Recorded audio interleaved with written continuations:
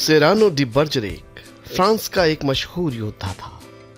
वो एक बेहतरीन शायर भी था जिसे अपने बचपन के दिनों से एक लड़की से मोहब्बत थी। उसका नाम था रॉक्सान।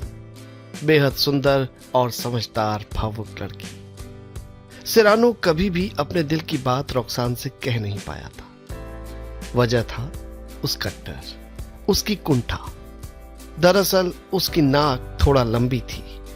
वो अपने आप को कुरूप समझता था और रॉक्सान के लिए नाकाबिल। लेकिन रॉक्सान क्रिश्चियन को पसंद करती थी, एक सुंदर सजीला नौजवान योद्धा।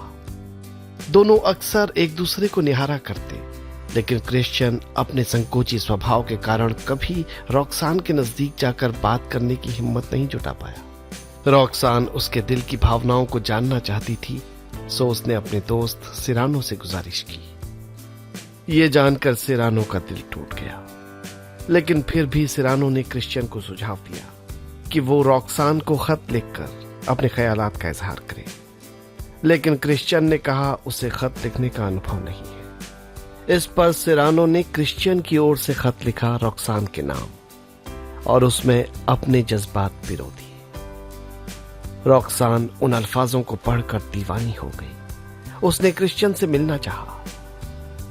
एक घुप रात के अंधेरे में सिरानो क्रिश्चियन के साथ रॉक्सान की बालकनी के नीचे पहुंचा, और वहीं से उसने क्रिश्चियन बनकर गहरी भारी आवाज में रॉक्सान से बात की।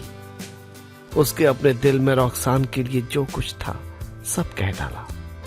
रॉक्सान इतनी प्रभावित हुई कि उसने क्रिश्चियन से शादी का प्रस्ताव रख दिया। कुछ ही दिनों में उनकी शादी तय हो गई। अभी तक रॉक्सान और क्रिश्चियन आमने सामने बात नहीं कर पाए थे। उधर रॉक्सान अभी तक सिरानो के अल्फाजों को क्रिश्चियन के ही समझकर इश्क करती थी। लेकिन जैसे ही विवाह की रस्म पूरी हुई, युद्ध का फरमान आ गया। तुरंत ही सिरानो और क्रिश्चियन दोनों को युद्ध के मैदान की ओर कूच करना पड़ा। अब युद्ध के मैदान से ही सिरानो क्रिश्चियन के नाम से रॉक्सान को रोज खत लिखा करता था। कई दिन यूं ही बीत गए।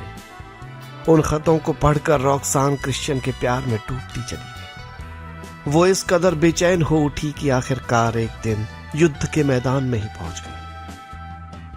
वहां उसने देखा कि सिरानो और क्रिश्चियन साथ साथ मोर्चे पर हैं। जैसे ही क्रिश्चियन ने रॉक्सान को देखा, वो उससे मिलने को बढ़ा। तभी दुश्मन की एक गोली उसके सीने पर लगी। सिरानो ने दौड़कर उसे थामा। मरने से पहले क्रिश्चियन ने सिरानो से कहा, वो तुमसे प्यार करती है सिरानो, उससे कह देना। वो जिससे प्यार करती है वो अभी जिंदा है। रॉक्सान बिलख रही थी, लेकिन सिरानो कुछ कह नहीं सका। युद्ध खत्म हुए कई साल हो चुके थे। क्रिश्चियन की कब्र पर अब झाड़ियां उगाई थी, और रॉक्सान एक शांत कॉन्वेंट में रहने लगी थी।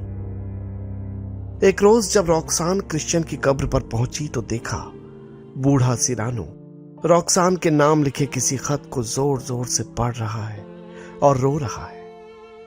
रॉक्सान स्तब्ध रह गई। उसने सिरानो से उस खत के बारे में पूछा।